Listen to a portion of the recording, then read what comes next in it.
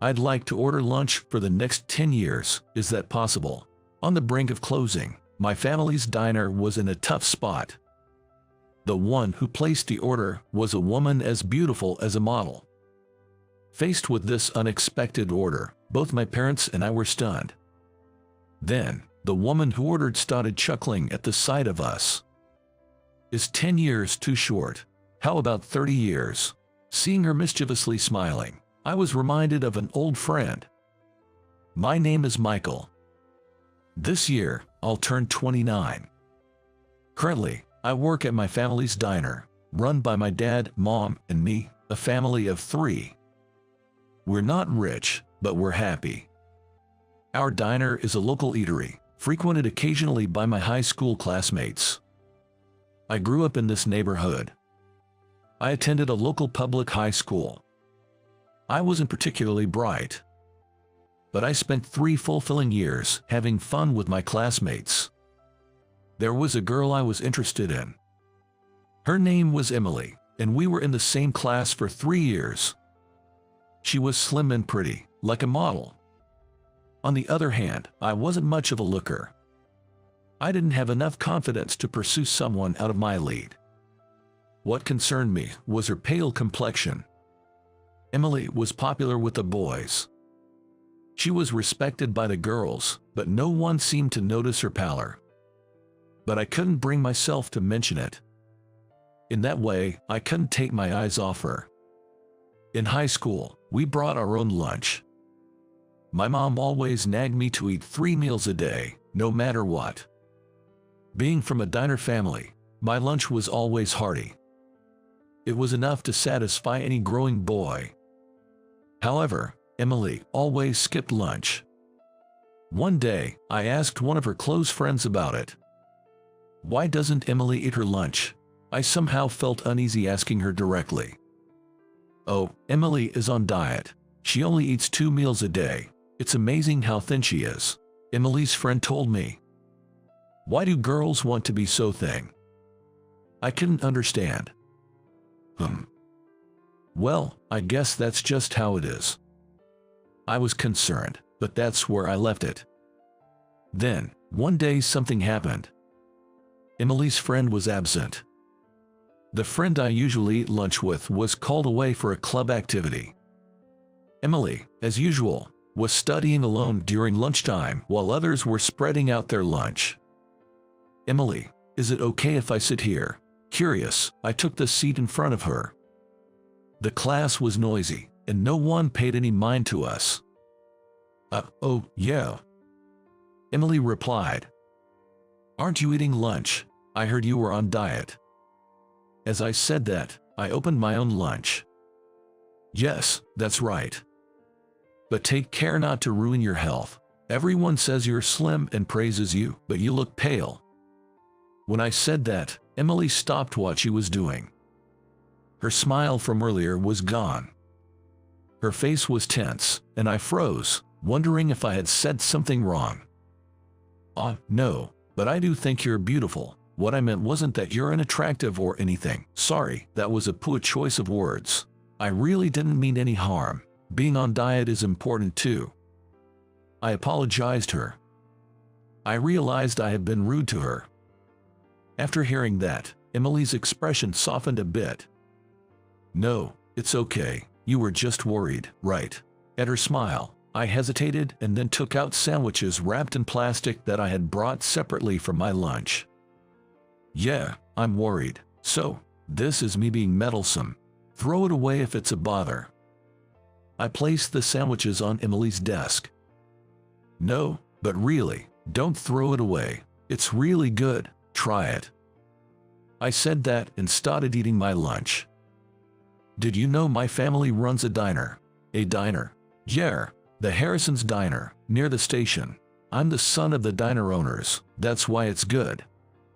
As I said that, Emily hesitantly reached for the sandwiches. She took a small bite. For some reason, I felt relieved watching her. As I continued eating my lunch, I heard a sniffle. Emily, when I asked, Emily, with tears in her eyes, muttered, "It's delicious." My heart tightened. I had a feeling that something was up. If it's okay with you, I can be someone to talk to. There must be things you can tell your friends, right? At my words, Emily started to speak little by little. I have a younger brother and sister. They're still little.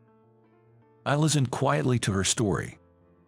But my father passed away 3 years ago, and now my mom is supporting us all by herself. So, I do the housework and take care of my siblings. Even dropping them off and picking them up from daycare. I also cut the meals. Emily carefully took small bites of the sandwiches I gave her. Tears fell onto the sandwiches. So, we don't have much money. I can't work because I have to take care of my brother and sister. But even in such a situation, my mom let me continue my studies, so I feel like I have to endure everything. Wiping her tears, Emily said that with a smile.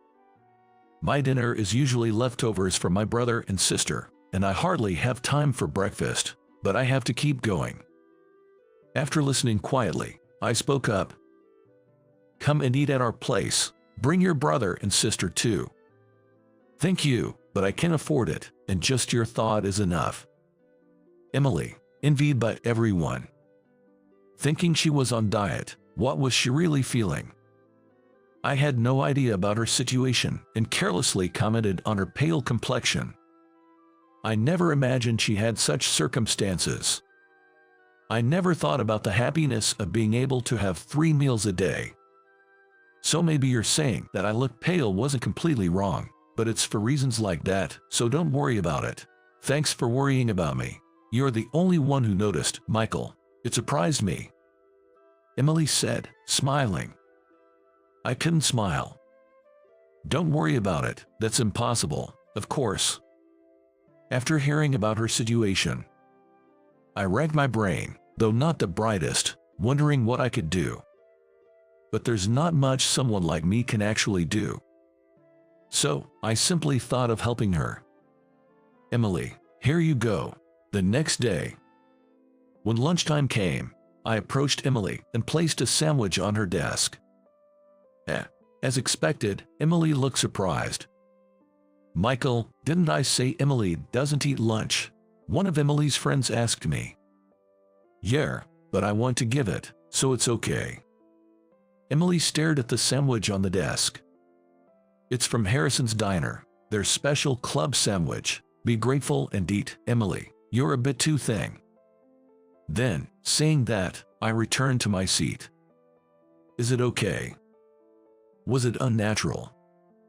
Emily talked with her friend for a bit and then said to me, Thank you, I'll eat it gratefully.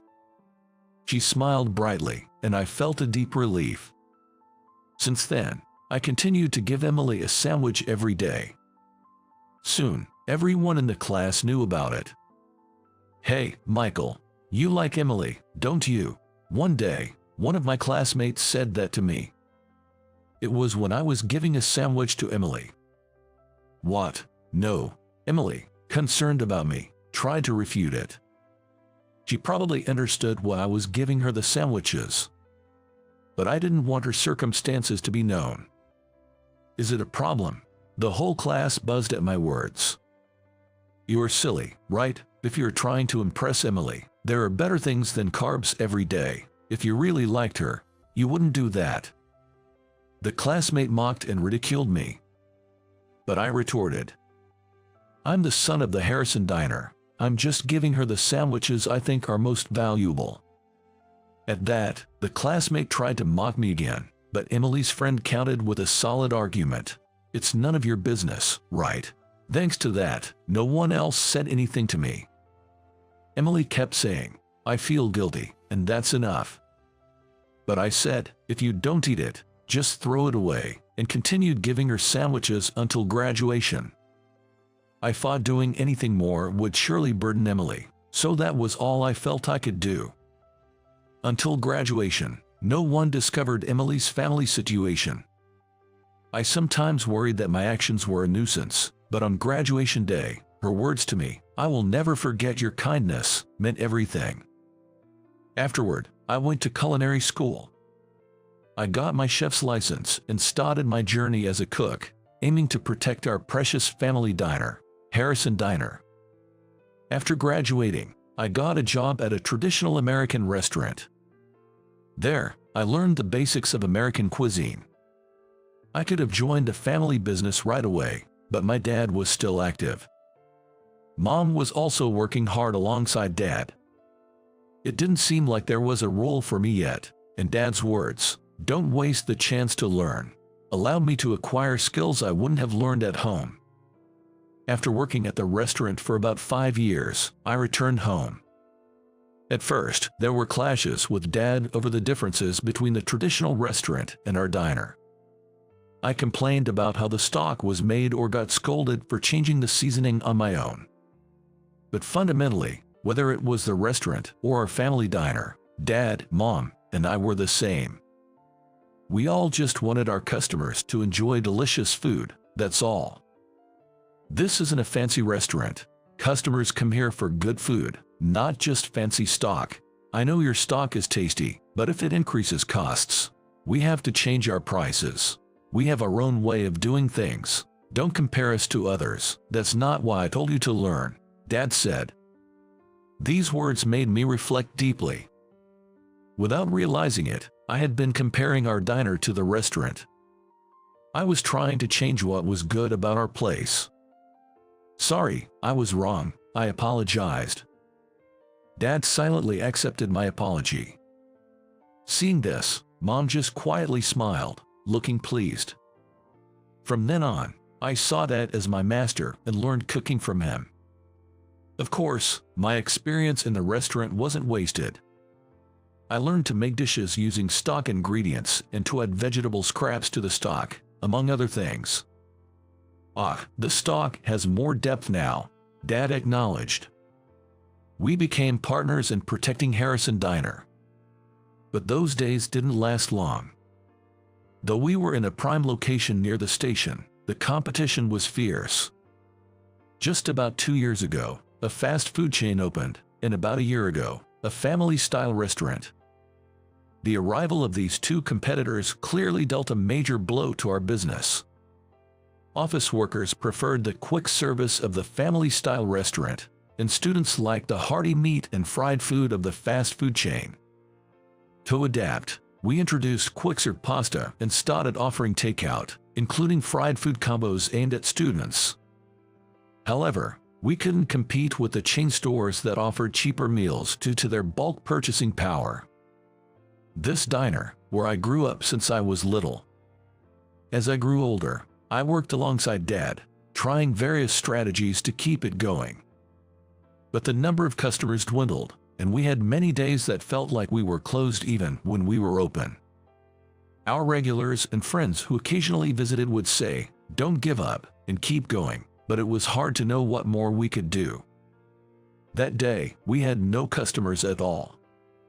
The diner was eerily quiet during lunchtime. "Maybe we should close the diner," I said that, and Dad responded, "Yeah, I think so. We've reached our limit." His voice, resigned and sad, echoed in my heart, and Mom just looked down. I felt like crying seeing the two of them like that. "Sorry, I know, you did your best, but sometimes things just end, no matter what." Dad patted my shoulder.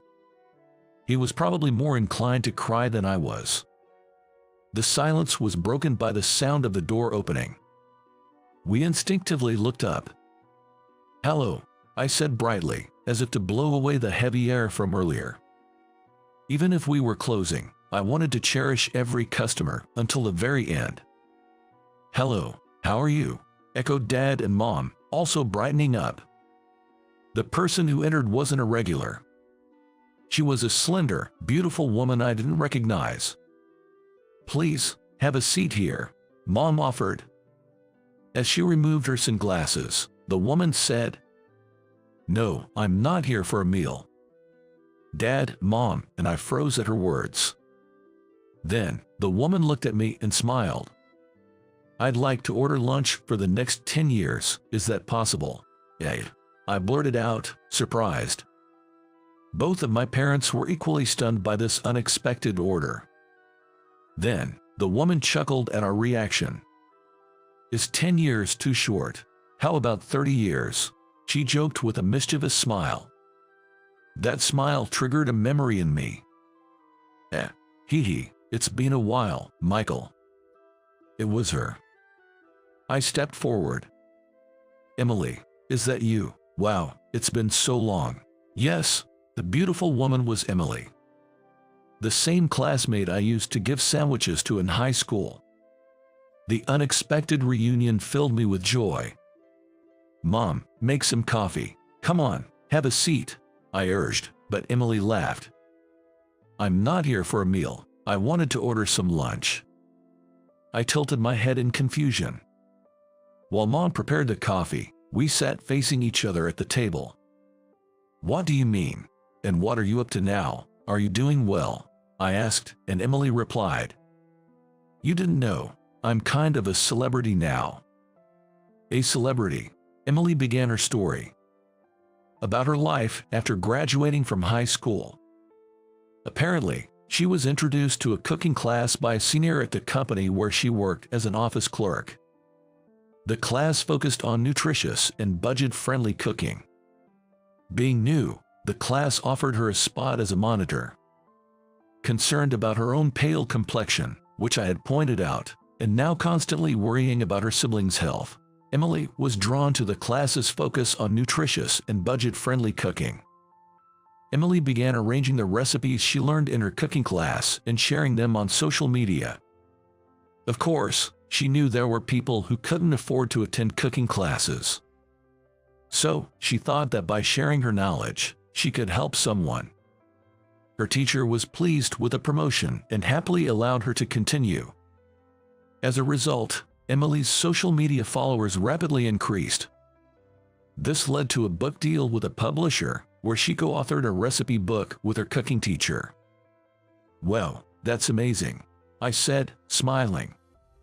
I was genuinely happy for her. It seems like Emily's success is telling me that what I did was not a mistake. Well, it might be a bit of pride on my part. And now, I'm a YouTuber and a culinary researcher, doing my own broadcasts, she added. A YouTuber, I exclaimed, surprised, and Emily laughed. Is it that surprising? The idea of being a YouTuber often implies being quite famous. It made sense when Emily mentioned she was somewhat of a celebrity. She seemed like someone from a different world. That made her reason for being here even more puzzling. She must have sensed my confusion and explained. Emily said, Actually, a girl from our class, who I was close with, told me that Harrison Diner was going through tough times. I wanted to see if there was anything I could do, so I came today. I see. Thank you, I said, expressing my gratitude. Emily then said, I should be the one thanking you. You don't know how much you helped me back then.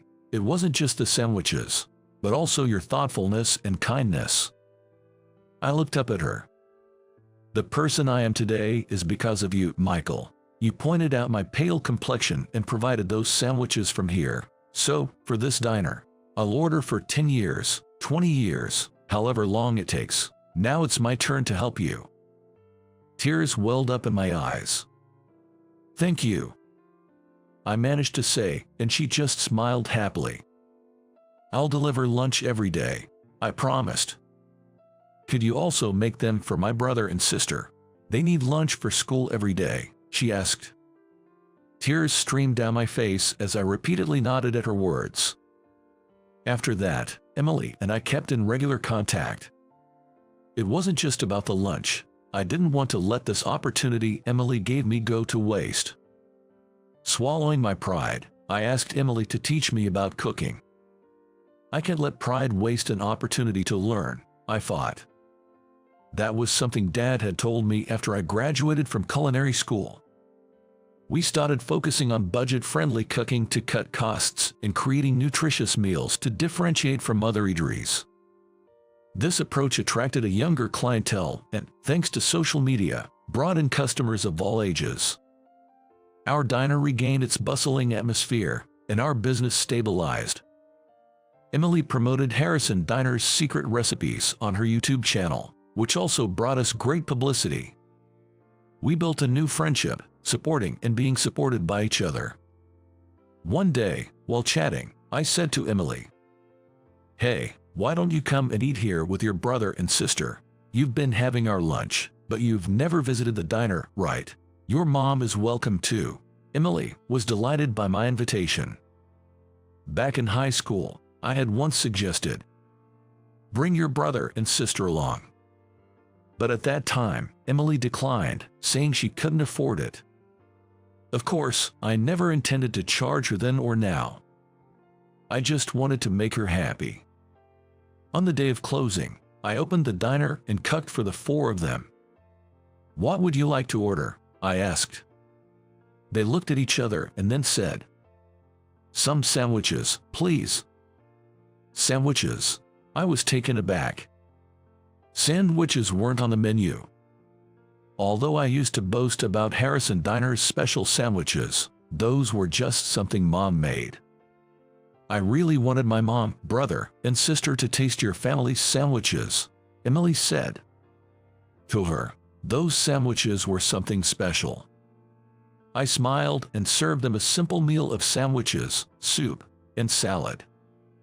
Watching them happily savoring the food was incredibly fulfilling. Afterward, Emily's brother and sister left with their mother for their evening classes.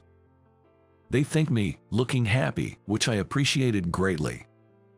Left alone, Emily offered to help with the dishes, but I declined. It was my job, after all. "It was really delicious. Thank you for making it again," she said.